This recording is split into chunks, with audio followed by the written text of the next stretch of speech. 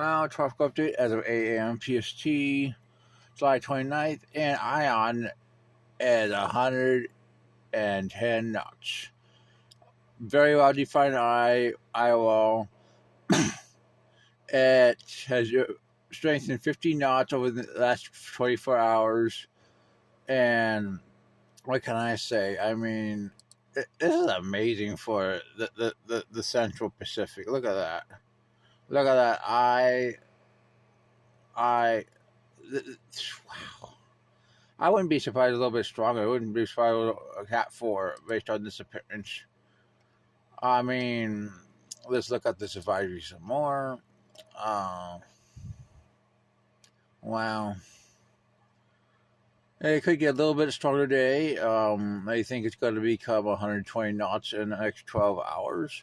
Then it's going to weaken and continue weakening all your tropical storm by 96 hours. That'd make it into less favorable conditions. Move westward at 11 knots on the south side of the mid-level ridge. Should start moving west-northwestward to northwestward after that in the longer term, based on the models we showed you this morning. Holy crap. Here's the track. Clearly South Hawaii, aligned with the models. Yeah, definitely going to be weakening after about 24 hours. Now we're going to show you our next system. Yes, there is two systems in the Central Pacific right now. Keli has 35 knot winds. It's pretty. I mean, it doesn't have much of a future. Maybe another day as a tropical storm. Should move westward. We could show you the model suite for this. It is also within the view of. Look at that. And it's getting shared. I mean, on the outflow from Aya. But that's one of the reasons why it doesn't have much of a future. I mean, obviously. Yeah. Staying away from Hawaii. I'm going to weaken. Boom. Now we're going to talk about 98E, which is to the west of that. 110.5, 135.9. And it's going to move westward, clearly away from land. Not really expected to strengthen. But I'll still give it a 30% chance. And that is also what the NHC says 60. It does have a well-defined LOC. So it wouldn't take much, but let's disagree with that. I mean, any development of convection is going to clearly allow for this system to have a better potential. Let's take a look at it. Man. Even though it looks kind of, it definitely is getting. Definitely is getting shared by easterly shear. It is well defined. It wouldn't take much. It should move westward. Finally, we look at 99E, which is our system we've been watching off Mexico. It's going to move west-northwestward to northwestward. Stay away from land. Intensity models show 50 to 55 knots as we showed yesterday. Nothing has really changed. It has an 80-90%, so I mean, almost certainly going to develop into a tropical storm in the next 2 to 5 days. And last week, got another system that could form even behind it. It has a 30% at 7 days. I mean, wow.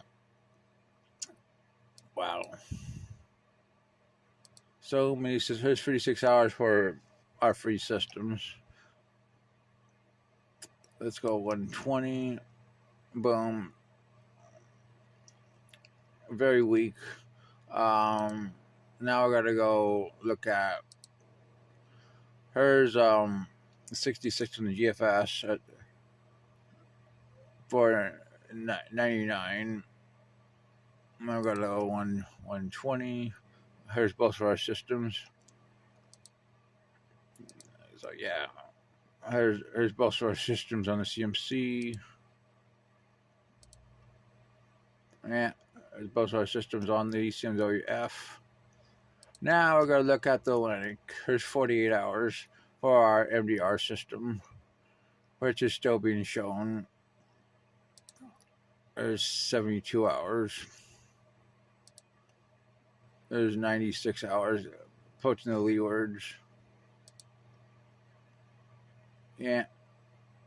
So maybe a 20% for that during the next 2 to 5 days. But really not too good. We can show you a satellite image. Here it is. Off the Cape Verde. It does have a little bit of spin.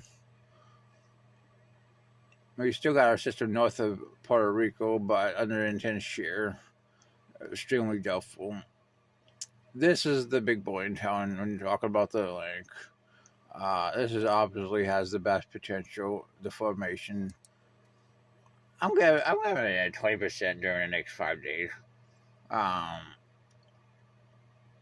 Models do not develop until the western link. There's the ECMWF at 138. Look at the AI ECMWF. There's 168 starting to develop. GFS doesn't show much.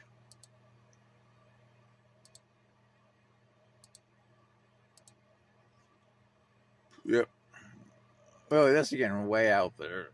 CMC starts developing it off Florida at 180, 204. I mean, GFS doesn't show much. Yeah.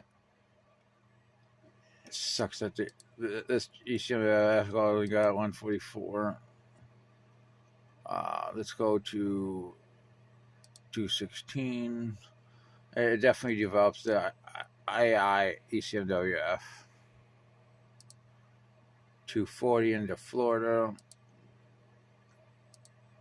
GFS doesn't show much. Another Cape Verde system coming off the Cape Verdes. Well, that's your tropical update.